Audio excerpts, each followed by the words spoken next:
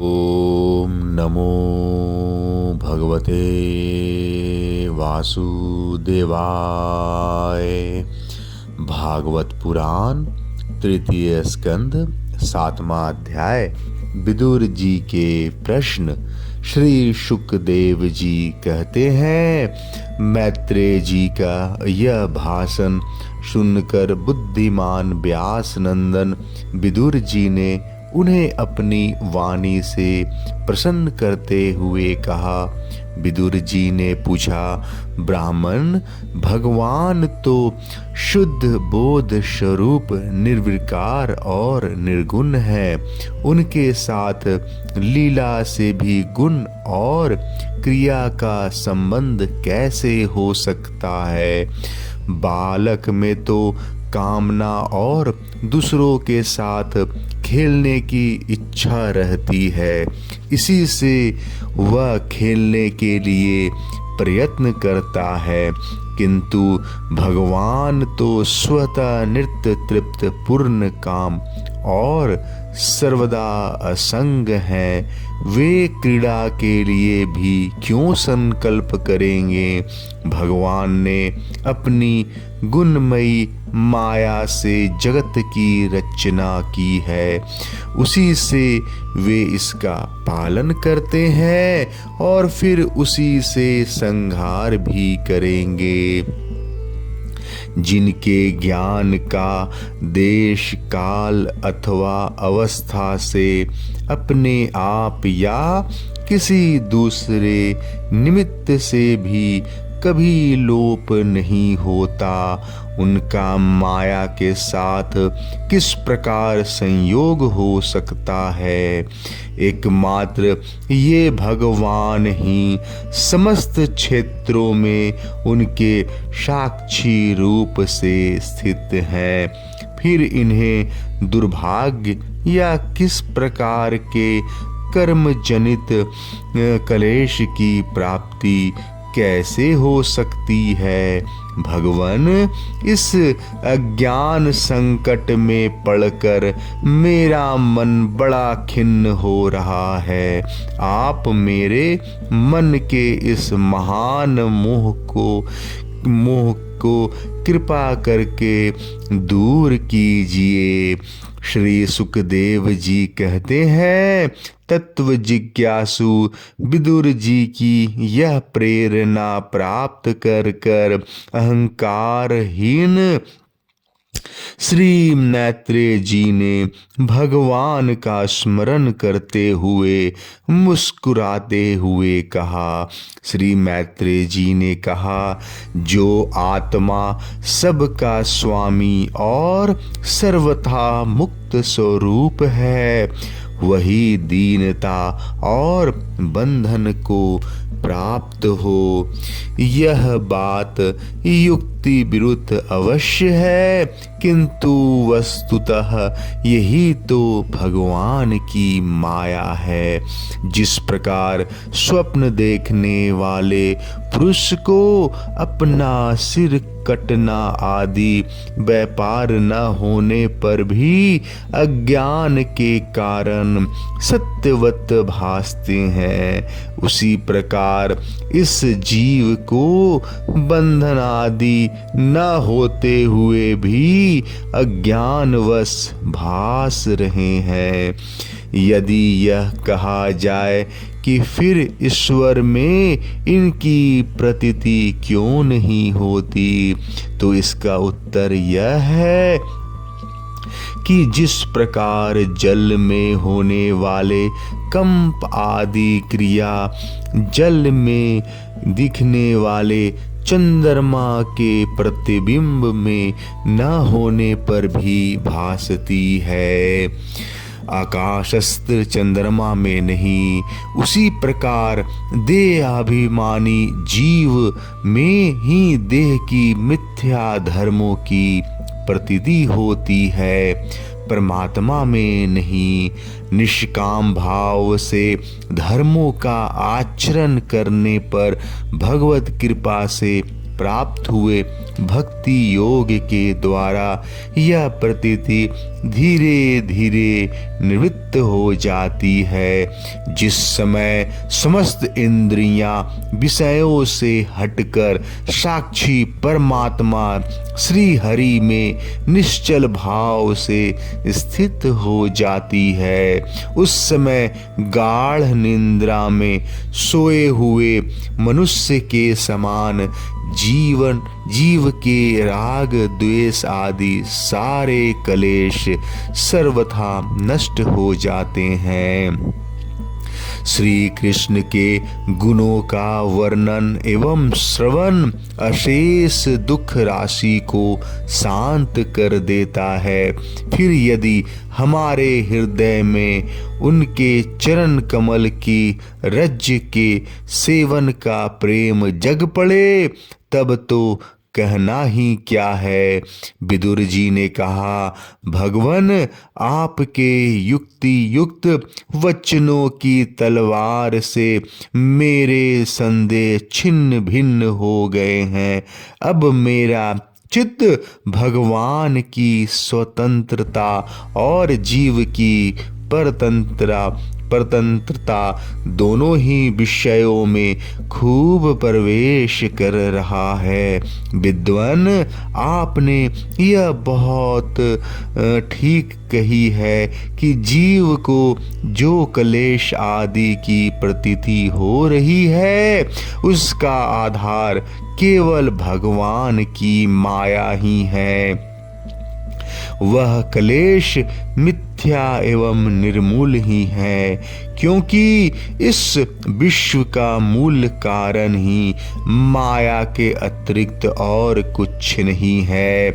इस संसार में दो ही प्रकार के लोग सुखी हैं, या तो जो अत्यंत मूढ़ अज्ञानग्रस्त, या जो बुद्धि आदि से अतीत श्री भगवान को प्राप्त कर चुके हैं। बीच की श्रेणी के संशयापन्न लोग तो दुख ही भोगते रहते हैं। भगवान, आपकी कृपा से मुझे यह निश्चय हो गया है कि ये अनात्म पदार्थ वस्तुतः है ही नहीं, केवल प्रतीत ही होते हैं। अब मैं आपके चरणों की सेवा के प्रभाव से उस प्रतीति को ही हटा दूंगा। इन श्री चरणों की सेवा से नित्य सिद्ध भगवान श्री मधुसूदन के चरण कमलों में उत्कट प्रेम और आनंद की वृद्धि होती है, जो आवागमन की यंत्रणा का नाश कर देती है। महात्मा लोग भगवत प्राप्ति के साक्षात मार्ग ही होते हैं। उनके यहाँ सर्वदा देव देव श्री हरि के गुणों का गान होता रहता है। अल्प पुण्य पुरुष को उनकी सेवा का अवसर मिलना अत्यंत कठिन है। भगवान, आपने कहा कि सृष्टि के प्रारंभ में भगवान ने क्रमशः महदादि तत्व और उनके विकारों को रचकर फिर उनके अंशों से विराट को उत्पन्न किया, और इसके पश्चात वे स्वयं उसमें प्रविष्ट हो गए।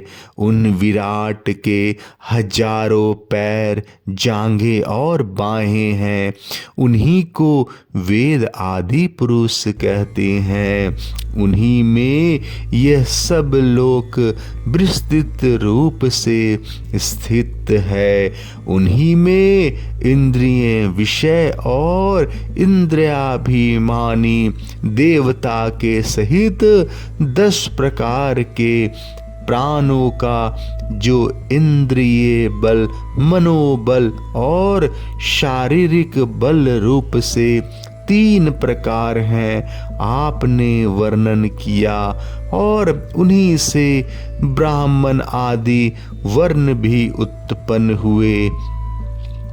अब आप मुझे उनकी ब्रह्मादि विभूतियों का वर्णन सुनाइए, जिनसे पुत्र पौत्र नाती और कुटुंबियों के सहित तरह तरह के राजा उत्पन्न हुई और उससे यह सारा ब्रह्मांड भर गया। वह विराट ब्रह्मादि प्रजापतियों का भी प्रभु है। उसने किन किन प्रजापतियों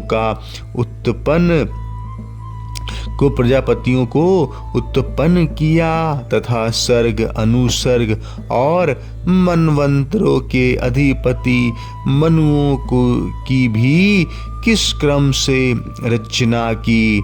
मैत्रेय जी उन मनुओं के वंश और वंशधर राजाओं के चरित्रों का पृथ्वी के ऊपर और नीचे के लोकों तथा भूलोक के विस्तार और स्थिति का भी वर्णन कीजिए तथा यह भी बतलाइए कि त्रियक मनुष्य देवता सरीसृप सर्पादि रेंगने वाले जंतु और पक्षी तथा जरायुज स्वदेज अंडज और द्विज ये 4 प्रकार के प्राणी किस प्रकार उत्पन्न हुए। श्री हरि ने सृष्टि करते समय जगत की उत्पत्ति स्थिति और संहार के लिए अपने गुणावतार ब्रह्मा विष्णु और महादेव रूप से जो कल्याणकारी लीलाएं की उनका भी वर्णन कीजिए। वेश आचरण और स्वभाव के अनुसार वर्णाश्रम का विभाग, ऋषियों के जन्म कर्मादि, वेदों का विभाग, यज्ञों का विस्तार, योग का मार्ग, ज्ञान मार्ग और उसका साधन सांख्य मार्ग तथा भगवान के कहे हुए नारद पंचारात्र आदि तंत्र शास्त्र, विभिन्न पाखंड मार्गों के प्रचार से होने वाली विषमता, नीच वर्ण के पुरुष से उच्च वर्ण की स्त्री में होने वाली संतानों के प्रकार तथा भिन्न भिन्न गुण और कर्मों के कारण जीव की जैसी और जितनी गतियां होती हैं वे सब हमें सुनाइए। ब्राह्मण धर्म अर्थ काम और मोक्ष की प्राप्ति के परस्पर अविरोधी साधनों का, वाणिज्य दंड नीति और शास्त्र श्रवण की विधियों का, श्राद्ध की विधि का, पितृगणों की सृष्टि का तथा काल चक्र में ग्रह नक्षत्र और तारागण की स्थिति का भी अलग अलग वर्णन कीजिए। दान तप तथा इष्ट और पुर्त कर्मों का क्या फल है। प्रवास और आपत्ति के समय मनुष्यों का क्या धर्म होता है।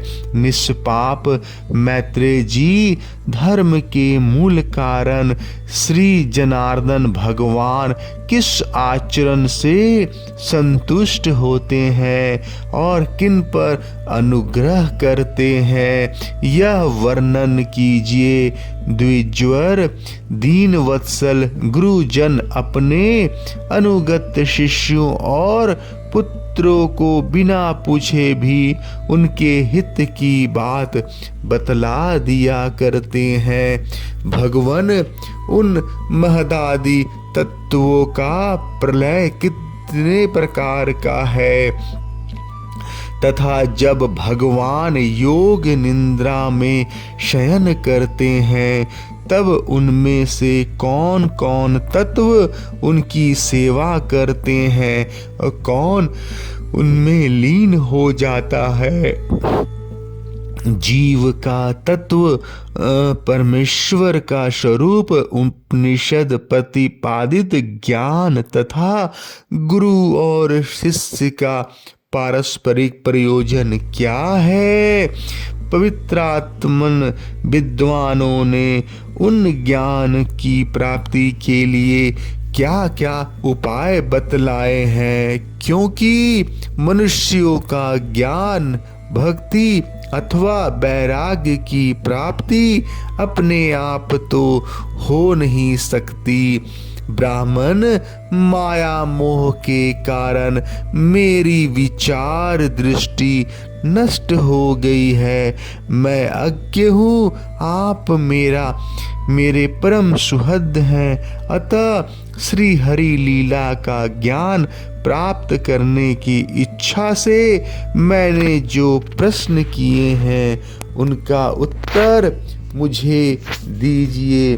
पुण्यमय मैत्रेय जी, भगवत तत्व के उपदेश द्वारा जीव को जन्म मृत्यु से छुड़ाकर उसे अभय कर देने में जो पुण्य होता है, समस्त वेदों के अध्ययन, यज्ञ, तपस्या और दान आदि से होने वाला पुण्य उस पुण्य के 16वें अंश के बराबर भी नहीं हो सकता। श्री सुखदेव जी कहते हैं, राजन, जब कुरुक्षेत्र विदुर जी ने मुनिवर मैत्रेय जी से इस प्रकार पुराण विषय के प्रश्न किए, तब भगवत चर्चा के लिए प्रेरित किए जाने के कारण वे बड़े प्रसन्न हुए और मुस्कुराकर उनसे कहने लगे। जय श्री कृष्ण। 7वां अध्याय समाप्त।